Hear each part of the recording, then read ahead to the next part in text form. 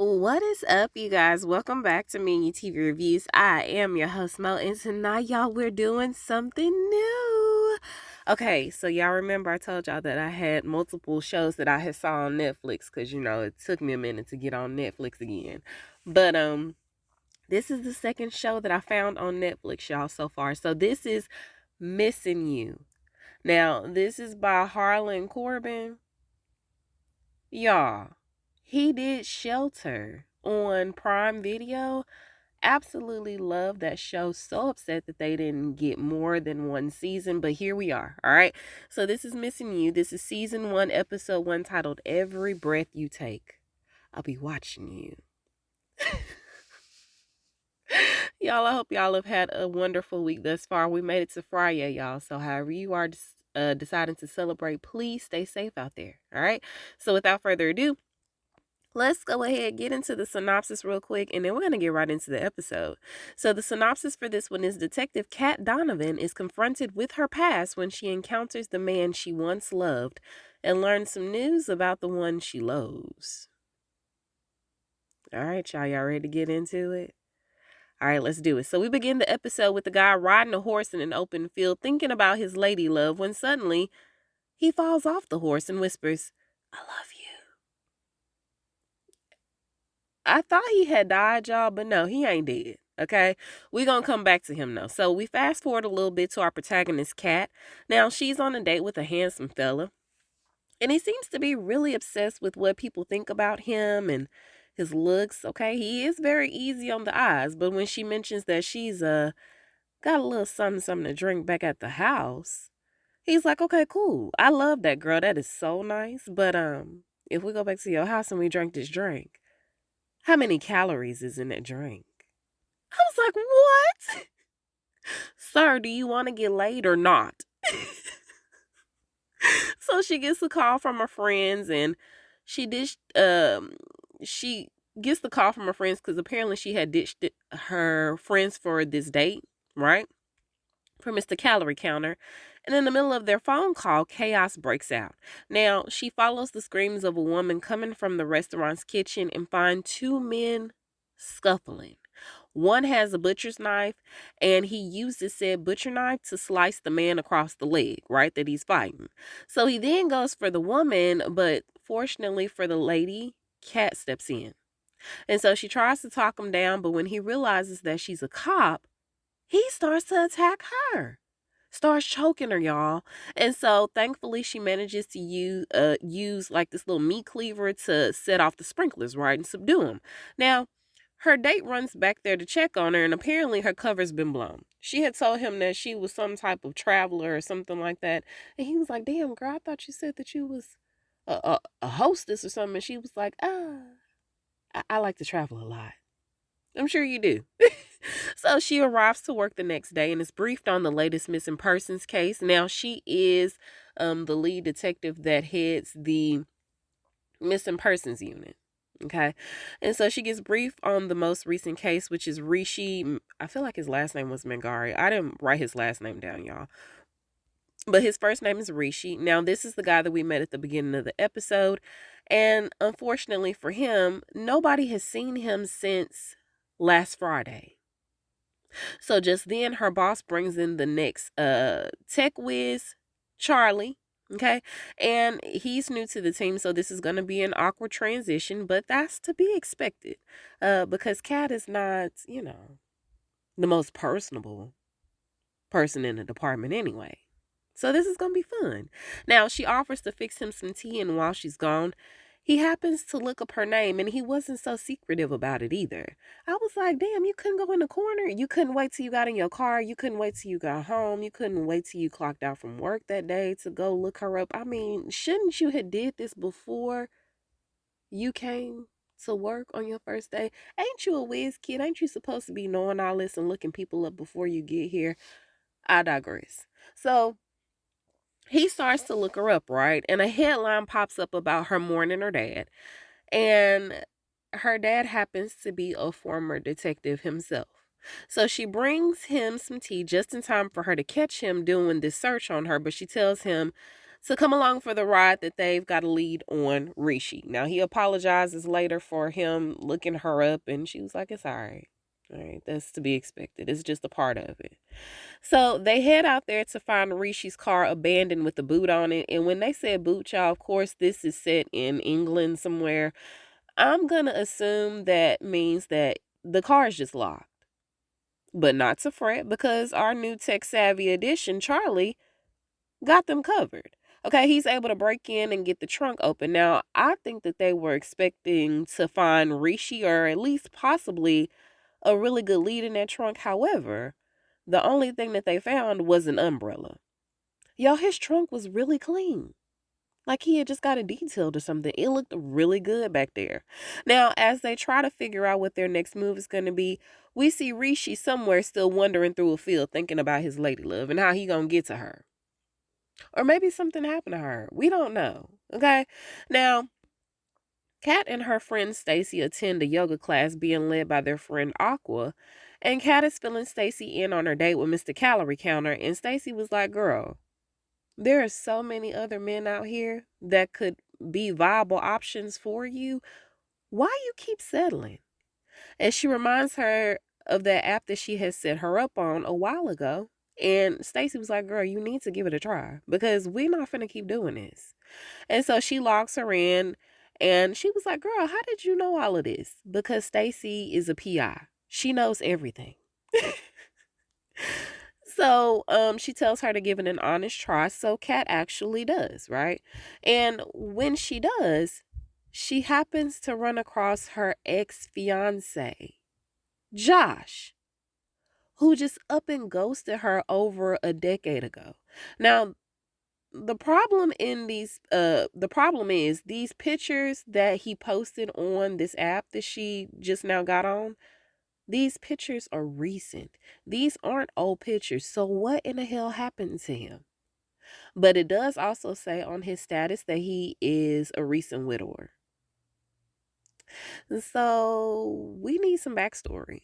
So they show us a montage of their relationship as it progressed to the point of their engagement. And when she comes home one day, she's ready to eat. She's expecting her boo thing to fix her something to eat. And when she comes through the door, she's talking, expecting him to be there. He's not there. He is gone. And everything that he possessed was also gone with him. So she tried calling him, but the phone was obviously off. Okay, she got the boop, boop, boop. The number you are trying to dial is currently disconnected. So she tells Stacy about her dilemma. And while Stacy knows her friend Kat deserves answers, she strongly advises her to let the past remain just that, in the past. She meets Aqua at a bar and tells her about Josh, and Aqua asked her what she intends to do, but at this point, y'all, Kat's still confused. She has no idea what she's going to do. But she can't ponder on that too long because her boss, Stagger, ends up texting her telling her to get back to the office ASAP. So she jets back only to hear the news that her dad's convicted killer, Monty LeBorn, has terminal cancer and only has a few days to live. And so she's pissed because it's like, why am I just now hearing about this? Now, while most people would be like, okay, good, let him suffer and burn afterwards, okay? He's definitely not going to the upper room. She's upset because she wants to get in to talk to him because she feels like he was paid to do that hit by somebody else. Now, while Stagger agrees that they strongly believe that somebody put Monty up to doing this, they didn't have enough proof to prove it. And so it's just kind of been running around the rumor mill, right? And so she wants to get the answers before he dies. But the problem with that is, oh boy, don't be talking. He hasn't said anything to anybody. But she just wants to know why. Why my dad? Who did this? And why did they ask you to take him out? But Stagger tries his best to advise her to just let it go, because he hasn't given anyone an explanation ever. So now won't be the time. And I was like, are you sure? Because numerous people have, did some deathbed confessions before. Maybe we can make something shake. Okay, what else does he have to lose at this point? He already dying. So on the way to her mom's house, she's having flashbacks of the memorial they had for her dad at his office. And at that particular time, I think she had just got sworn in herself. So it was very emotional for her. Her and her mom were there. Her mom went to go place flowers up under his picture that they had put on the memorial wall. So it was a sad situation there. Now, um, as she's having that flashback, she also has another one of a conversation that her and her dad had about relationships and how it's about accepting the compromise sometimes. Okay, our relationships ain't gonna be 50-50. Sometimes it's 60-40, sometimes it's 80-20, sometimes it's 70-30, and sometimes you just never know what side you favor. Sometimes it teeter totters, but you just have to learn to roll with the punches. All right. So she arrives to her mom's house and she came in mid ladies' night because they are drinking and laughing. They are having a good time. And so they're joking about STDs being on the rise in, the senior citizen community, the silver haired community, mainly with men because they be messing around with anything that bat an eyelash at them twice. And how these young girls give it to them because they shave everything. And so they toast to the bush forever. I was like, okay. Okay, whatever. So they talked to Kat about possibly switching gears for a lighter aura. Possibly for her to dive into some social work because, they feel like maybe missing persons unit is just a little too dark for her. Okay. But she swears up and down that she loves where she is. She loves the work that she does. She ain't going nowhere. And so after her aunt and her mom's friend leave the house, she tells her mom about Monty and she's with the consensus of him rotting in hell. Okay. He don't deserve any more of her energy, whether good or bad. He doesn't deserve it. Now, Kat expresses how she wants to get more answers out of him, but her mom was just like, girl, for me, please, for me, stay far away from that man. He is no good. Don't let him steal any more of our joy. So to switch topics, she brings up Josh and Kat says, while she usually has the answers of how she would move with this one, she doesn't in this instance. She don't know what she gonna do. So she just been confused about Josh since he came back into the picture. Okay? She been confused since the day he left. Now, when she leaves her mom's house, she goes to Stacy's to update her about Monty and her dad. And Stacy reveals that she knows somebody who works in the prison. So she may be able to talk to Monty after all.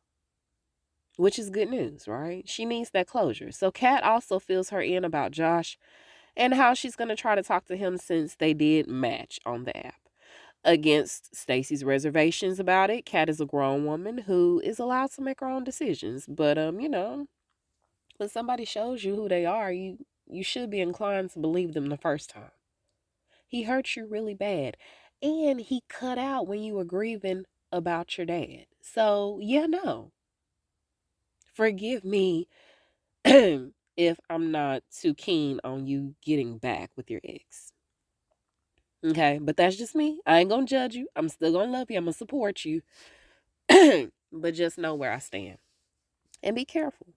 Now, at her house, she's chilling when she receives a notification about Josh accepting her match, right?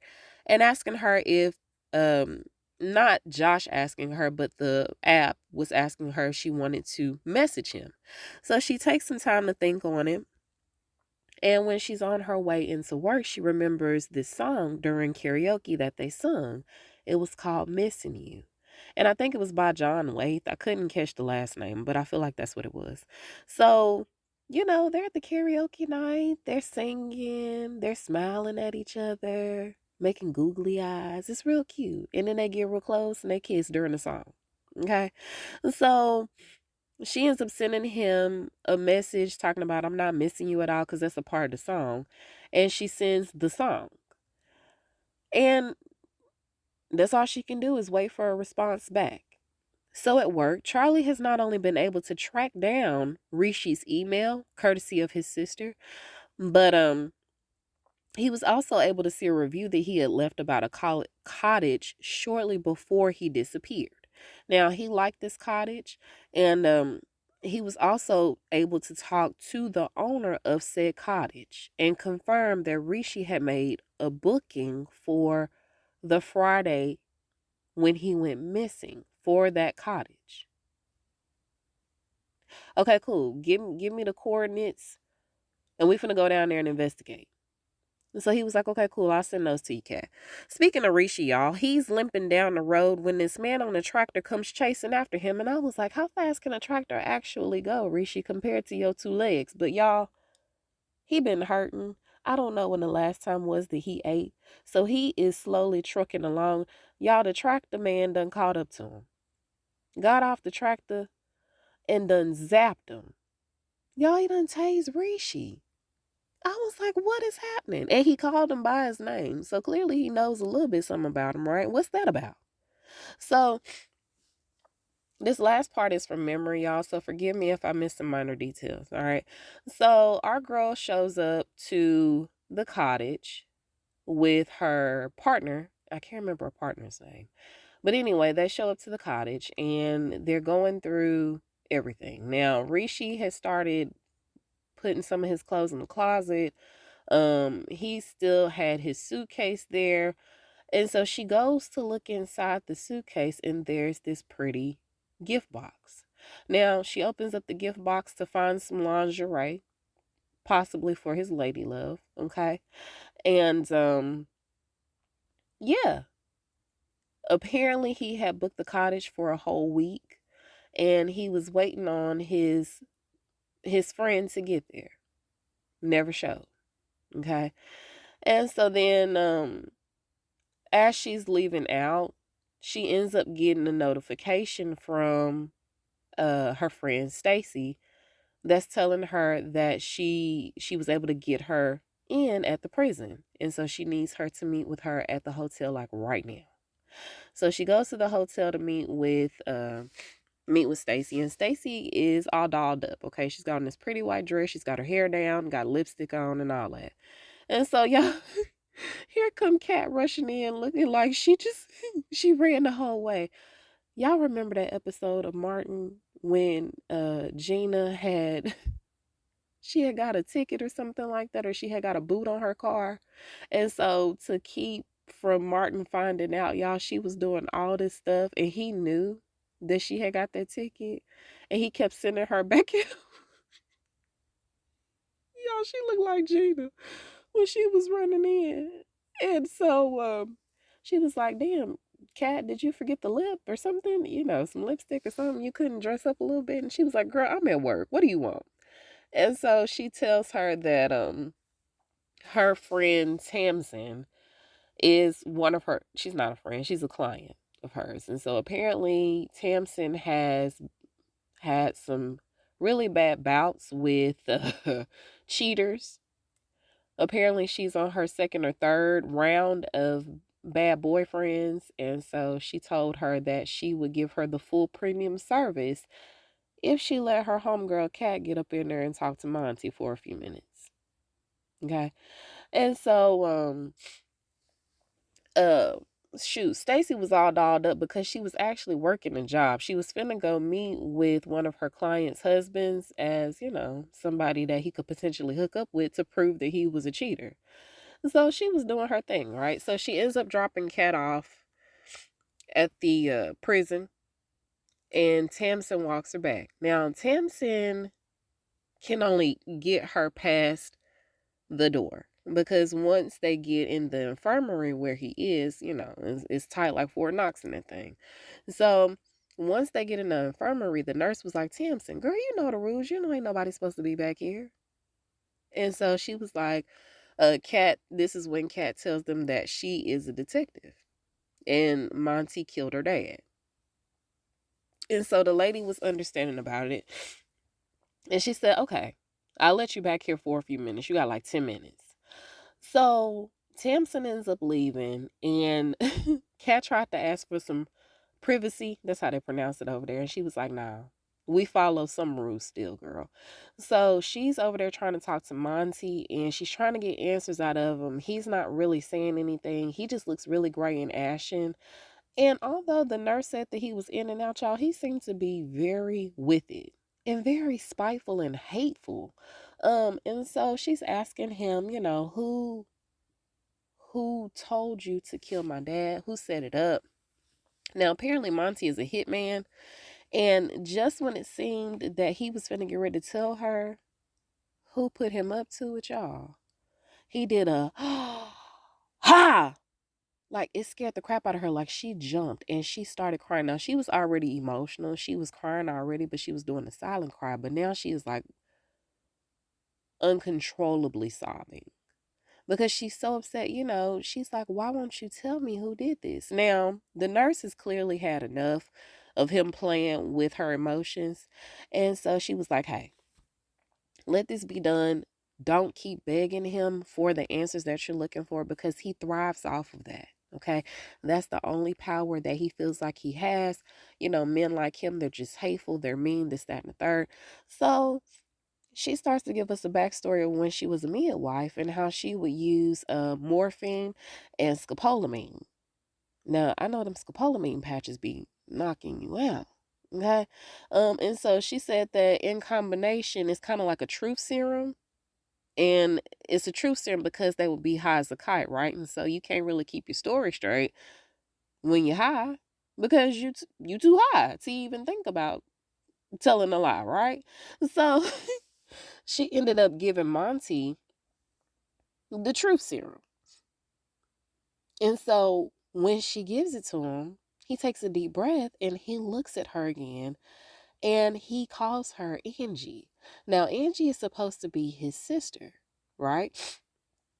And so she plays she plays along with it. And he's like, Angie, I did this all for you, this, that, and the third. And so she's asking him all the questions.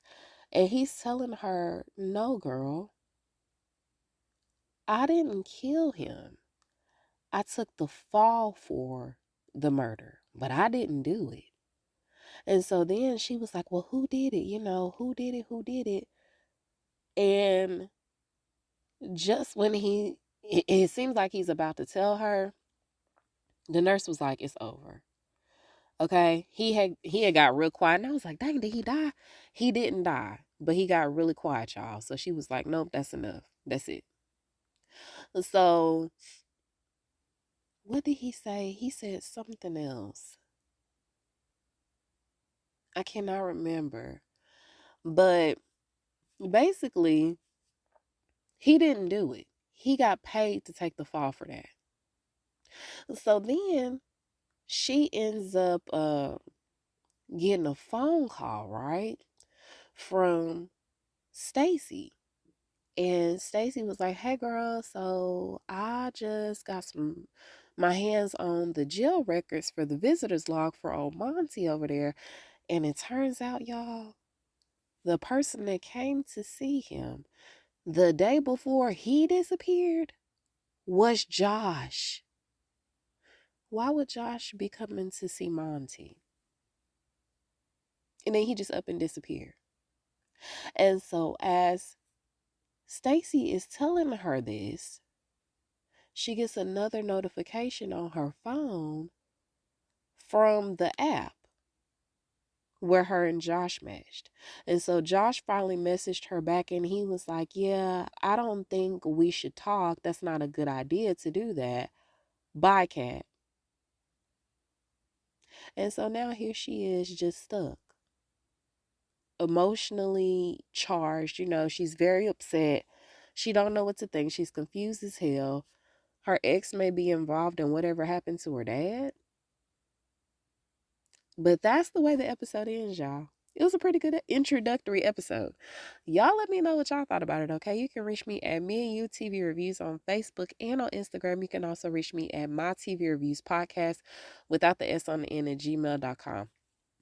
Oh, I forgot to tell y'all, they did like a cute little montage at the end where it was like her trying to process what Stacy was telling her, and Monty had just told her Rishi is tied up somewhere and looked like maybe like a horse stable or something like that, or a barn. Aqua is looking real suspicious, and Stagger, I got my good eye on Stagger, y'all. It was just something about the way that he kept telling her to leave it alone and like knock it off. Just kind of like disregard her feelings and not try to get to the bottom of it. But it's like, okay, that's one of your partners. That's one of the boys in blue. You supposed to feel the same way that she feel. So I don't know, y'all, but I got my good eye on him. Y'all let me know what y'all thought about it, okay? That's all I have for now. Y'all stay safe out there. Enjoy your weekend. And until we meet over the airwaves again, I am Mo, and I'll talk to you guys soon. Bye.